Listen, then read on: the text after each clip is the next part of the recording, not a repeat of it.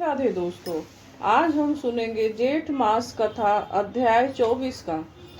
हिंदू पंचांग के अनुसार जेठ मास भगवान विष्णु और श्री कृष्ण को प्राप्त होता है और फलदायी माना जाता है। भगवान विष्णु के वामन अवतार की महिमा, जल और अन्न के दान के महत्व तथा विधि विधान का वर्णन किया गया है। श्री हरि की महिमा और वंदना। जेठ मास के 24वें अध्याय की कथा का आरंभ महर्षि वेद व्यास जी द्वारा राजा युधिष्ठिर को जेठ मास के नियमों और भगवान विष्णु के विभिन्न रूपों के स्मरण से होता है।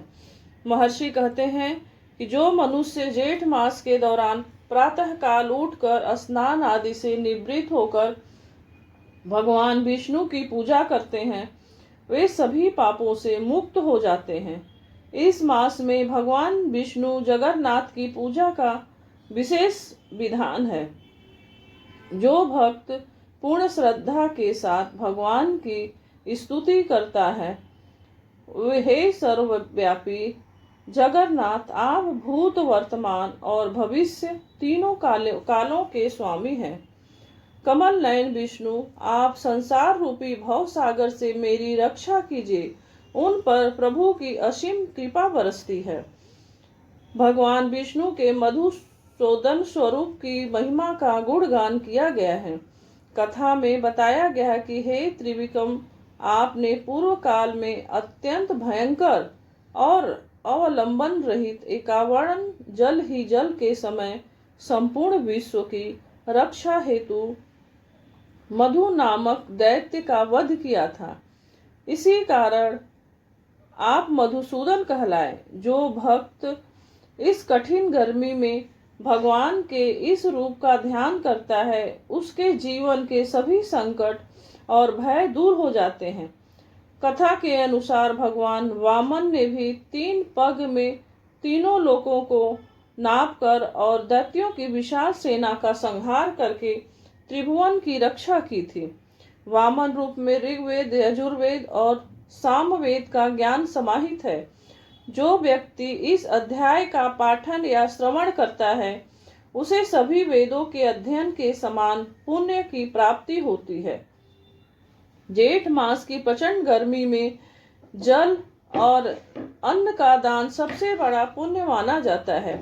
अध्याय 24 के अंतर्गत जल दान की महिमा बताते हुए कहा गया है कि जेठ के महीने में प्यासों को पानी पिलाना, पानी की छबिल लगवाना या राहगीरों के लिए कुएं, प्याऊ और तालाब बनवाना भगवान विष्णु को सबसे अधिक प्रिय है।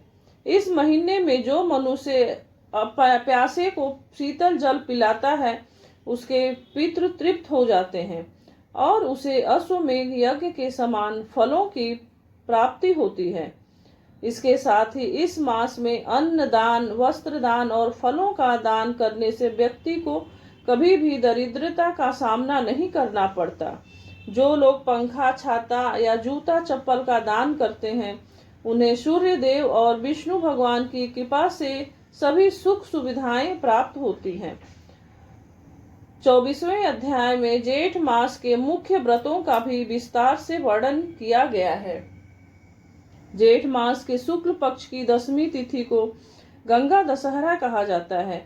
इस दिन गंगा नदी में स्नान करने से 10 प्रकार के पाप नष्ट हो जाते हैं। जेठ मास की अमावस्या तिथि को वट सावित्री व्रत रखा जाता है, जो सुहागिन स्त्रियों के लिए अपने पति की लंबी आयु और सुख समृद्धि की कामना हेतु अत्यंत महत्वपूर्ण है। इसके अलावा ज्येष्ठ पूर्णिमा के दिन व्रत और दान करने से चंद्रदेव और माता लक्ष्मी का आशीर्वाद प्राप्त होता है।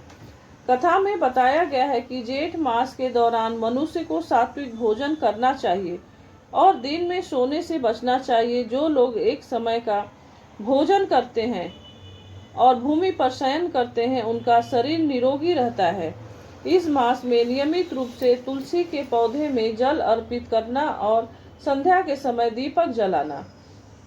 चूंकि जेठ मास में ही शनि जयंती और हनुमान जी का प्राकट्य दिवस आता है, इसलिए इस अध्याय में इन दोनों देवताओं की पूजा का महत्व भी बताया गया है।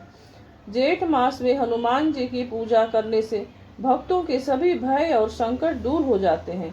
इसी प्रकार शनि अमावस्या के दिन शनि देव को तेल अर्पित करने और दान से शनि की 7.5 ढैया अशुभ समाप्त हो जाता है। जो जातक इस अध्याय को सुनकर और हनुमान जी का स्मरण करता है उसके जीवन में कभी कोई अनिष्ट नहीं होता है। इस कथा के अंत में महर्षि व्यास जी राजा युधिष्ठिर को बताते हैं कि जो मनुष्य पूरी श्रद्धा और पवित्र मन से जेठ मास के 24वें अध्याय की कथा को सुनता या पढ़ता है उसके जन्म जन्मांतर के पाप धुल जाते हैं। जेठ महीने के नियमों का पालन करने से व्यक्ति को वैकुंठ धाम की प्राप्ति होती है। भगवान विष्णु का महात्मा